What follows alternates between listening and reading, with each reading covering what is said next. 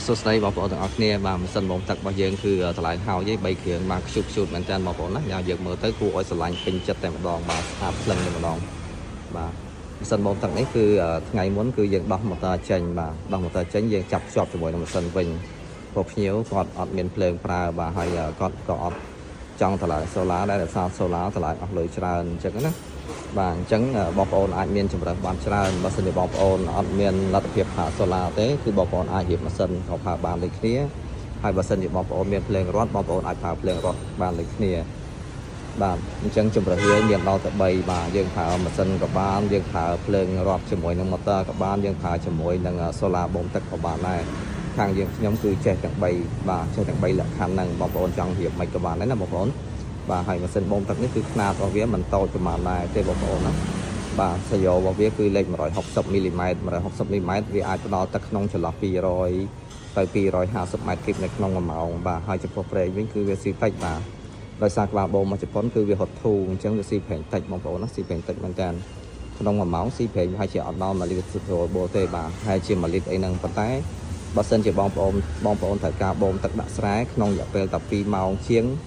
បាទគឺវាអាចបូមបានមហត្តាហើយបាទ2ម៉ោងកន្លះហើយហ្នឹងវាបូមបានមហត្តាហើយ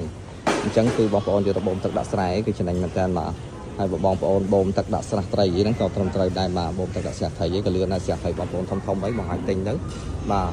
ទឹករបស់វាគឺបាញ់បានឆ្ងាយបងប្អូនណាបាទទឹកវាបាញ់ចេញពីមាត់ស្យោមកសិតតែ1ម៉ែត្រជាងបាទហើយអត់ដូចក្បាលបូមរបស់ខ្មែរយើងឬក៏ក្បាលបូមកែច្នៃទឹករបស់វាបាញ់ចេញពីមាត់ស្យោមកបានតែមួយឆ្អាមឬក៏ពីរឆ្អាមទេតែសម្រាប់ក្បាលបូមមកជប៉ុននេះវិញគឺទឹកបាញ់ចេញពីមាត់ស្យោវាមកមានតែប្រវែង1ម៉ែត្រ1ម៉ែត្រកន្លះអញ្ចឹងបាទចម្ងាយទឹកវាបាញ់បានឆ្ងាយអញ្ចឹងទៅបងប្អូនអត់ចាំបាច់ទិញម៉ាស៊ីនច្រើនទេបងប្អូនទិញតែមួយអាចធ្វើការងារបានធំបាទម៉ាស៊ីននេះមួយបើសិនជាបងប្អូនកសិករគាត់ចង់យកទៅធ្វើស្រែគឺគាត់អាចធ្វើស្រែបានប្រហែលជា10ហិកតាបងប្អូនណាបាទបើសិនជាក្បាលបូមធូថ្លៃប្រភេទអនរបស់ខ្មែរយើងឬមួយក៏របស់កាយឆ្នៃរបស់វៀតណាមអីហ្នឹង